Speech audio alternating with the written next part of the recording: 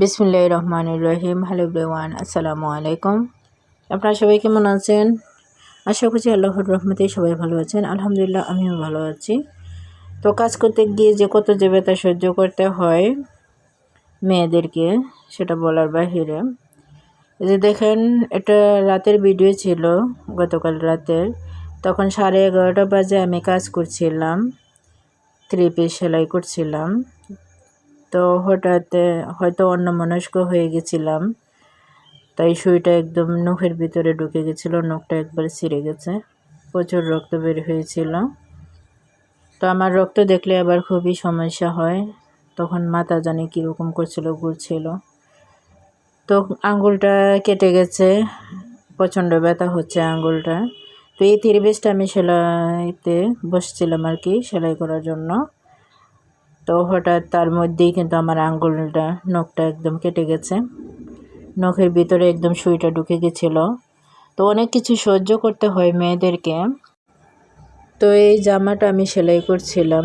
তো এরকম আরও কিন্তু অনেকগুলো জামা আমি সেলাই করেছি। তো এখানে আজকে বাড়ির অংশ দেখাবো। তো ছাদ দেওয়ার আগেই কিন্তু আমরা ইট গাঁথনির কাজটা শুরু করে দিয়েছি। ছাদটা টাকার শর্টের জন্য কিন্তু ছাদের কাজটা করা হচ্ছে না আপাতত। ভাবছি 2টা রুম কোনো রকম করে ওঠার জন্য। যে জায়গাতে আছি ওই জায়গাতে আর থাকার বেশি ইচ্ছা নেই, ওইখান থেকে চলে যাওয়ার ইচ্ছা আছে খুবই তাড়াতাড়ি। তার জন্য কোনো রকম 2টা রুম করার ইচ্ছা। আর যদি ছাদ নাও দিতে পারি, অন্য কোনো ব্যবস্থা করতে হবে, কারণ ছাদ দেওয়ার মতন এখন অত টাকা নেই, তাই দিতে হয়তো পারবো না। তো দেখা যাক, তারপরেও সময় আসলে কি করা যায়। তা আপাতত ইট গাঁথনির কাজটা হচ্ছে। তো সবাই আমাদের জন্য দোয়া করবেন, যাতে আমরা খুবই শীঘ্রই কাজটা শেষ করতে পারি আর কি। তো এই যে দেখেন, এটা ছিল বাথরুমের ট্যাঙ্কির কাজ। তো আমার ভিডিওটা এ পর্যন্ত যারা দেখছেন, প্লিজ একটা লাইক দিয়ে কন্টিনিউ করবেন। আর আমার চ্যানেলের নতুন বন্ধু হয়ে থাকলে সাবস্ক্রাইব করে পাশে থাকবেন। অলরেডি যারা এই কাজটি করেছেন তাদেরকে অসংখ্য ধন্যবাদ। আর আমার ভিডিওতে কিন্তু অনেক আপুরা অনেক সুন্দর সুন্দর কমেন্ট করেন, তাদের প্রতি আমার মন থেকে অনেক দোয়া এবং ভালোবাসা রইল। তো এটা সাহারির ভিডিও ছিল গতকালকে। আপনারা দেখেছেন যে গতকালকে কই মাছ এনেছিল। তারপরে আমি রাত্রে 10টা বাজে কই মাছগুলো কেটেছিলাম। অর্ধেকগুলো কই মাছ কেটেছিলাম, বাকি অর্ধেকগুলো সকালে কেটেছি। তো এগুলো আমি রান্না করতে বসিয়ে দিয়েছি। আজকে যেহেতু আমার 2টা মেয়ে রোজা রাখবে, তার জন্য আমি মাছ ভাজি করে নিচ্ছি। আর শুধু মাছ ভাজিই করে নেব, অন্য কোনো কিছু করব না, শুধু মাছ রান্না করা হবে আর কি। তো কই মাছটা আমি রান্না করে নিচ্ছি। কই মাছটা প্রথমে তেলের মধ্যে আমি ভেজে নিচ্ছি। আর সবগুলো কই মাছের মধ্যে কিন্তু ডিম ছিল, খুবই স্বাদ ছিল কিন্তু কই মাছটা, যেহেতু দেশি কই ছিল এগুলা। তো আমি পেঁয়াজটা কষিয়ে নিয়ে কিন্তু মাছটা আমি রান্না করে নেব। এই যে দেখেন, আমার মশলাটা কষানো হয়ে গেছে, তো রান্না করে নিচ্ছি। তো মাছটা বোনা বোনা করে নেব, বেশি ঝোল দেবো না, শুকনো শুকনো করে নেব। রমজান মাস যেহেতু খাওয়া হয় না, তো এটা শুধু সাহারির জন্যই করা, যাতে আর না থাকে, সাহারির জন্য, যাতে সাহারির সময় শেষ হয়ে যায়, সবাই বেশি বেশি করে খেয়ে নেবে।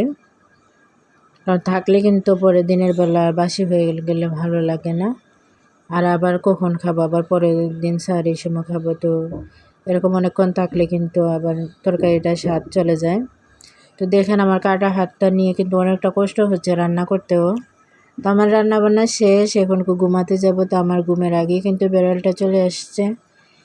তো বেড়ালগুলো কিন্তু আরও কয়েকটা বেড়াল আছে, তো সেগুলা আমার ঘুমানোর সাথে সাথেই কিন্তু তারাও মশারির ভিতরে চলে আসে ঘুমানোর জন্য। ওরা মানে এতটা ভালোবাসে জানি না, এই সব সময় আমাদের পাশেই ঘুমিয়ে থাকবে। আমরা মশারির ভিতরে ঘুমালে তারাও মশারির ভিতরেই চলে আসে, মানে আমাদের ছাড়া থাকতেই পারে না।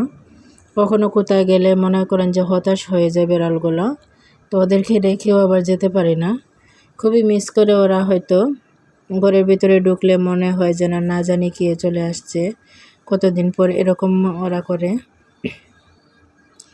তো এটা ছিল আজকে বিকালবেলার ভিডিও। সকালে অনেকগুলো 3 পিস রাতের বেলা যে সেলাই করেছিলাম, সেগুলো সকাল 8টা বাজেই আমি ডেলিভারি দিয়ে দিয়েছি।